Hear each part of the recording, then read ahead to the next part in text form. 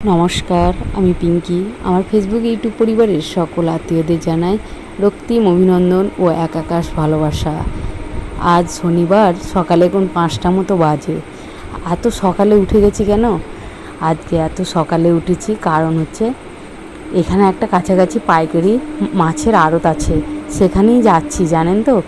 আর এত সকালে উঠেছি মানে মনটাও ভালো ফ্রেশ লাগছে, এত ভালো লাগছে। অনেক দিন পর এই ফার্স্ট সকাল দেখে যেন মনটা শান্তিতে ভরে যাচ্ছে।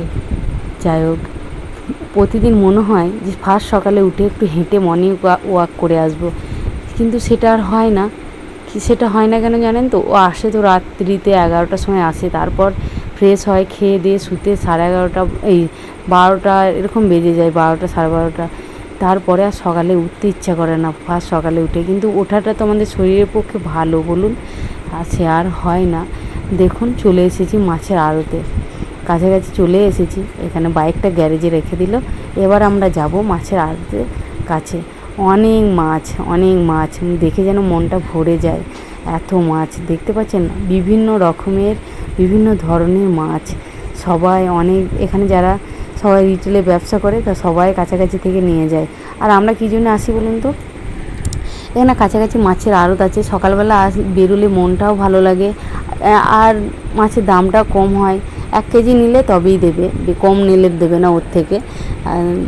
দিয়ে সেই জন্য আরও মাছের দামটা কমও হয়। বাজার থেকে মাছ আনতে গেলে একদিনে 80 টাকা 70 টাকা এরকম চাই, একদিনে হয়ে যায়। সেই জায়গায় আমি যদি আড়ত থেকে 2 কেজি 2.5 কেজি 3 কেজি মাছ নিয়ে যাই, সেই মাছটা আমার হয়েও যায় 15-16 দিন এরকম মতো হয়ে যায়।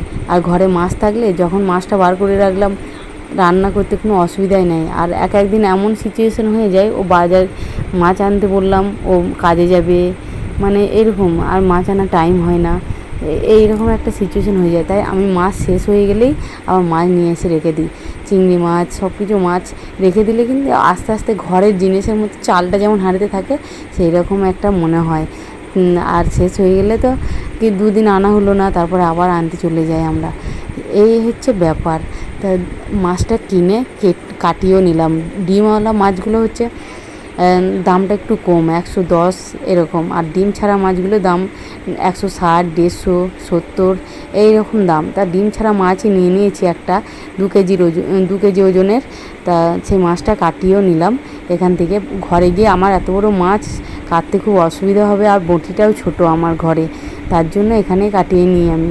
আর ঘরে জায়গাও নেই, মাছের গন্ধে একদম হয়ে যায়। যাই ঘরে গিয়ে ধুয়ে নেব। আর এই ঠাকুমাটার পয়সা সব মাছ কিনে শেষ হয়ে গেছে, আর উনি যাদের সাথে এসেছেন তারাও চলে গেছে আগে, তাদের সঙ্গ পাইনি। তাই আমাদেরকে বললো যে 20টা টাকা দাও না বাবা, বাড়ি যাব। যাই হোক, আপনারা সকলে ভালো থাকবেন, সুস্থ থাকবেন, আর সবাইকে ভালো রাখবেন। আজ তবে আসি, দেখা হবে নতুন কোনো একটা ব্লগে। আর এই বাড়িটার সামনে এসে আমরা দাঁড়িয়েছি, বাড়িতে কুকুর আছে 2টো, জানেন তো, খুব ভালো লাগে।